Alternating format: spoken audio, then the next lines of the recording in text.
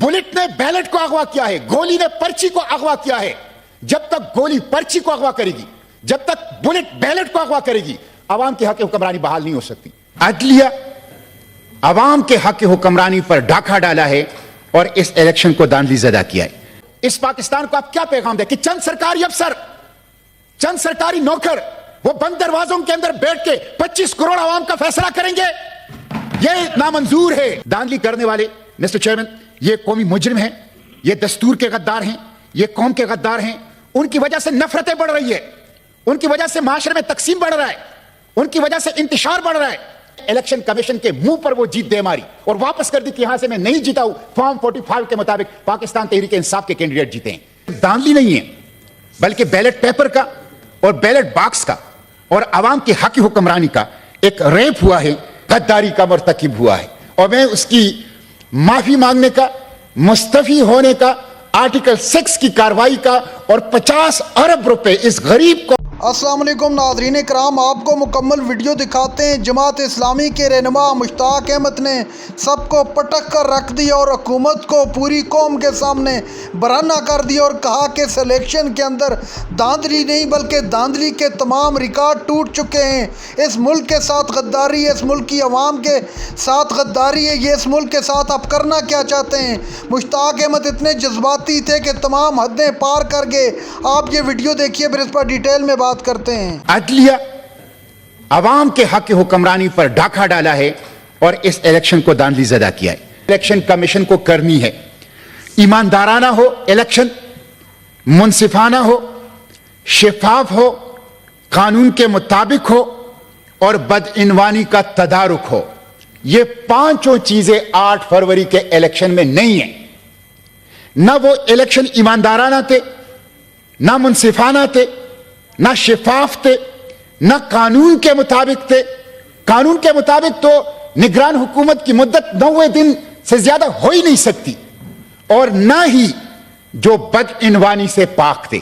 इसलिए election commission गद्दारी का मर्तकिब हुआ है और मैं उसकी माफी मांगने का, मुस्तफी होने का, आर्टिकल 6 की कार्रवाई का और 50 अरब रुपए इस गरीब कौम के टैक्सों का वापस लेने का उनसे मुतालबा करता हूं। एक सूबाई असेंबली के हल्के के ऊपर 2.5 करोड़ का खर्चा था और 50 अरब रुपए इलेक्शन कमीशन ने इस हालत में कि 200% इजाफा गैस के बिलों में, 70% उसके बाद इजाफा पेट्रोलियम मसनूआत की कीमतों में, बिजली की कीमतों में, किचन आइटम्स की कीमतों में मुसलसल इजाफा हो रहा है और कौम का पैसा इलेक्शन कमीशन को दिया जा रहा है।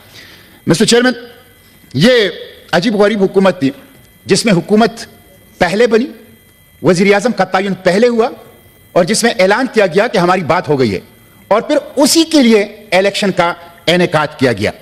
मैं तो समझता हूं कि सिर्फ दांधली नहीं है बल्कि बैलेट पेपर का और बैलेट बॉक्स का और आवाम के हक की हुक्मरानी का एक रेप हुआ है कि जो हमने देखा है।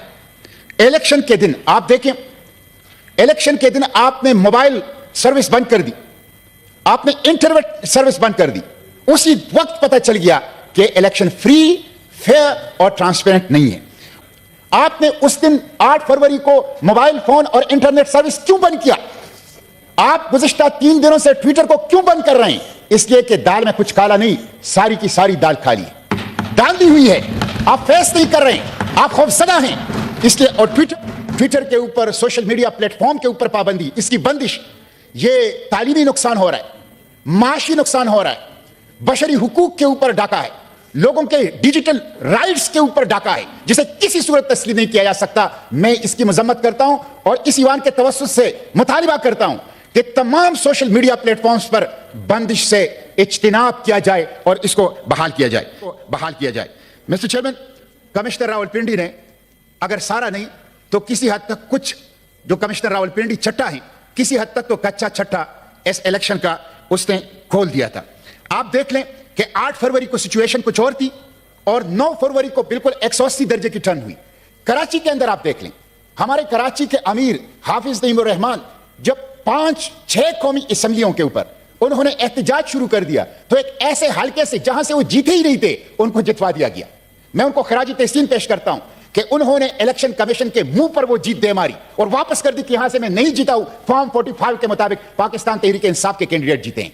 یہ الیکشن کی صورتحال ہے کہ جو ڈرگ مافیا کے لوگ ہیں اور جو پاکستانی نیشنل ہی نہیں ہیں ان کو بھی الیکشن کمیشن نے اس الیکشن کے اندر پاس کروا دیا. اسی لیے بلوچستان سے، خیبر پختونخوا سے، انٹیریئر سندھ سے آوازیں اٹھ رہی ہے کہ یہ الیکشن بک گیا تھا، پہلے سے سودے ہو گئے تھے، لوگوں نے رقومات وصول کر لی تھی اور اس کے مطابق رزلٹ کا اعلان کر دیا گیا. یہ بہت بڑا سوال ہے. دھاندلی کرنے والے مسٹر چیئرمین یہ قومی مجرم ہیں، یہ دستور کے غدار ہیں، یہ قوم کے غدار ہیں. ان کی وجہ سے نفرتیں بڑھ رہی ہے، ان کی وجہ سے معاشرے میں تقسیم بڑھ رہا ہے، ان کی وجہ سے انتشار بڑھ رہا ہے.